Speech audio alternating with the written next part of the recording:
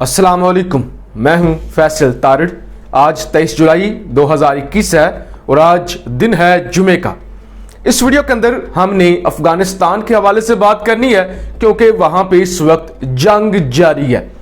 अशरफ गनी जो कि बुरी तरह से नाकाम हो गया है, हार गया है। 90% से ज्यादा अफगानिस्तान उसके हाथ से निकल चुका है। अशरफ गनी को अब अपनी मौत नजर आ रही है। इस वक्त वो बैरूनी इमदाद के सहारे पर खड़ा है कि किसी तरह से मुझे बैरूनी इमदाद मिले और मैं तालिबान का मुकाबला कर सकूं। इतना लालची इंसान है कि वो अपनी कुर्सी बचाने के लिए अफगानों के खून से हाथ धो रहा है। अब उसने भारत से मदद मांगी, लेकिन भारत ने असला तो भेजा, लेकिन भारत ने अपनी फौजें ना भेजी क्योंकि भारत को पता था कि अगर हम फौजें भेजेंगे, लड़ाई का आगाज करेंगे तो फिर चीन भी है, पाकिस्तान भी है, रूस भी है, तो हम इतनी बड़ी जंग नहीं छेड़ सकते। लिहाजा अशरफ गनी जब नाकाम हुआ तो उसने दोबारा अमेरिका से मदद मांगी कि जाते जाते मेरी जान बचाओ, मेरी इज्जत बचाओ। तुम 20 साल यहां पर रुके हो, तुम्हारे जाने के 20 दिनों बाद मैं तो रुसवा हो गया हूं। अफगानिस्तान तो तबाह हो गया है, सब कुछ हमारे हाथ से निकल चुका है। लिहाजा जी अब इतलात ये हैं कि अमेरिकी फौज ने अफगान फोर्सेस के साथ मिलकर एयर स्ट्राइक की है तालिबान पर और मुसलसल वो हमले कर रहे हैं तालिबान पर, फजाई हमले। अभी तक 7 से 8 फजाई हमले तालिबान पर हो चुके हैं जिसमें तालिबान का बहुत ज्यादा नुकसान हुआ है क्योंकि जाहिर है जब आप ऊपर से हमला करते हैं तो तालिबान के लिए वो रोकना मुश्किल हो जाता है।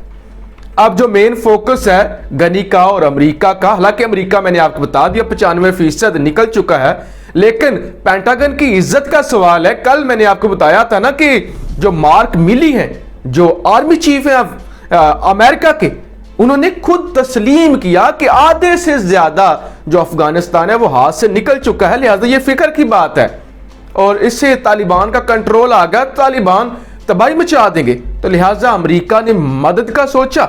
अब क्या फोकस है उनका?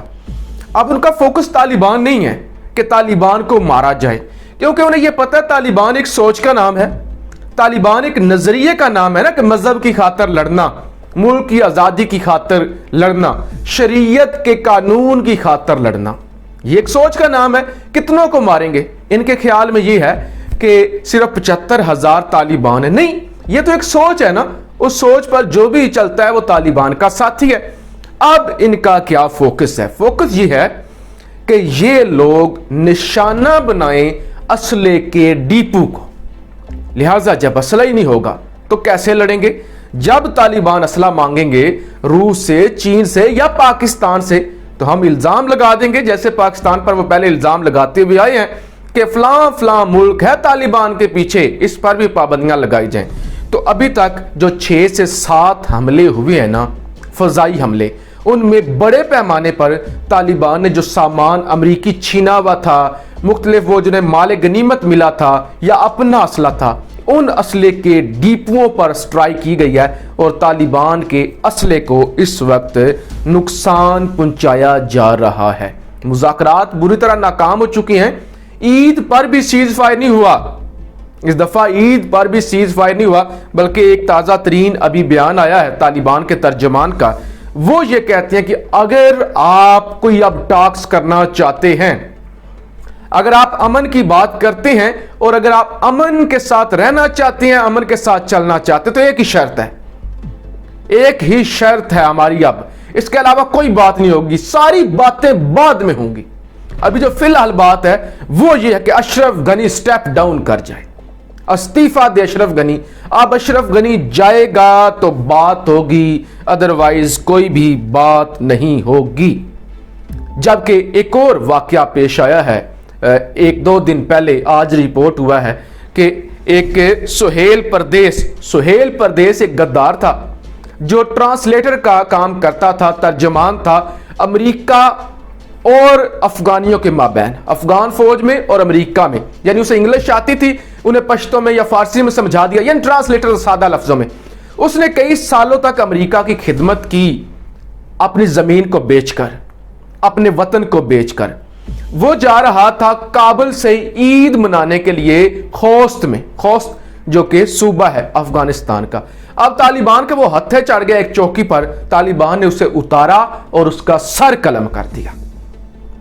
सुहेल परदेस का सर कलम कर दिया तालिबान ने। और इस सारे मामले को लेकर भी अमेरिका गुस्सा है, वहां पे परेशानी पाई जा रही है। और वो नमक हराम, इतने ज्यादा नमक हराम है ना अफगानिस्तान के अंदर, आपको अंदाजा नहीं है। सिर्फ 18,000 तो वो लोग हैं जिन्होंने दरखास्तें दी हैं कि हमने आपके लिए अमेरिका जी काम किया है, हम अब यहां मर जाएंगे, हमें निकालें।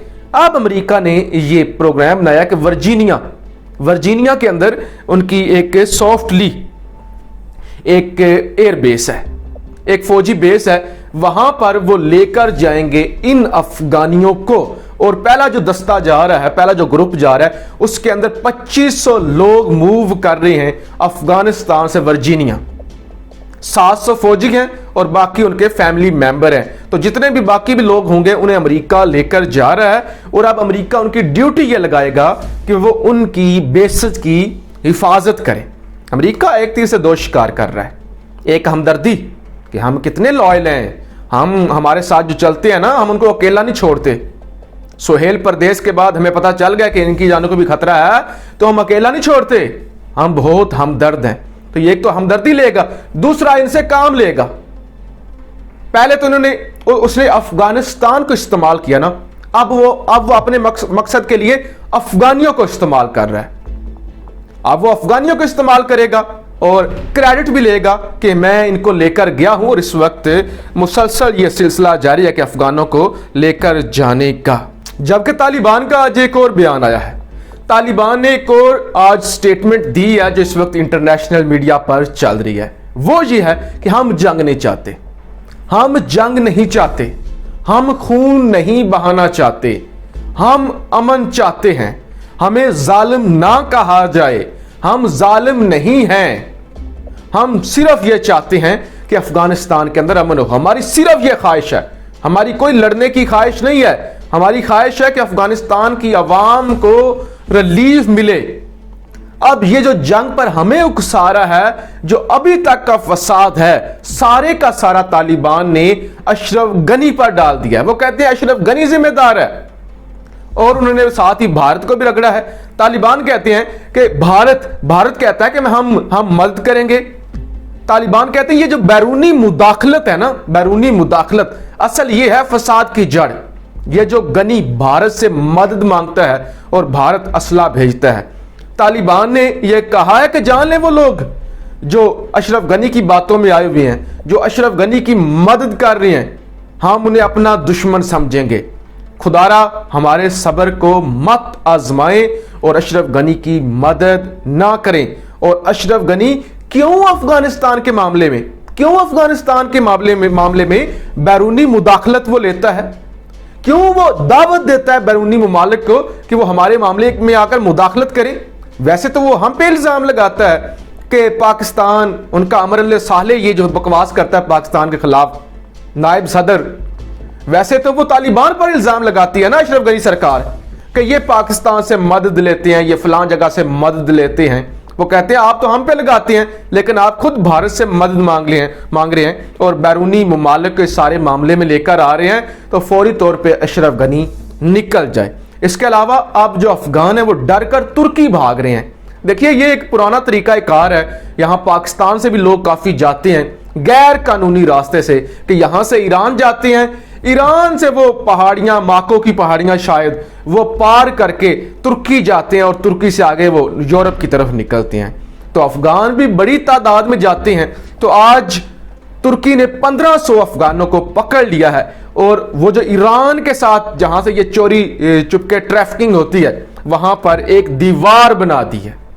ईरान और तुर्की के बॉर्डर पर इस वक्त कंक्रीट की दीवार खड़ी कर दी गई है तुर्की की जानब से, ताकि ये गैर कानूनी ट्रैफिकिंग ना हो सके और ये जो नमक हराम भागकर तुर्की और आगे जाना चाहते हैं, ये भी तुर्की पर इल्जाम न लगे, ना ही तुर्की इन्हें पनाह दे। यानी इस वक्त कोई भी इन्हें पनाह देने के लिए तैयार नहीं है और चारों तरफ जो बॉर्डर है अफगानिस्तान का, उस पर तालिबान का कंट्रोल हो चुका है। तो ये वीडियो थी, आप राय का इजहार जरूर कीजिएगा। पाकिस्तान जिंदाबाद।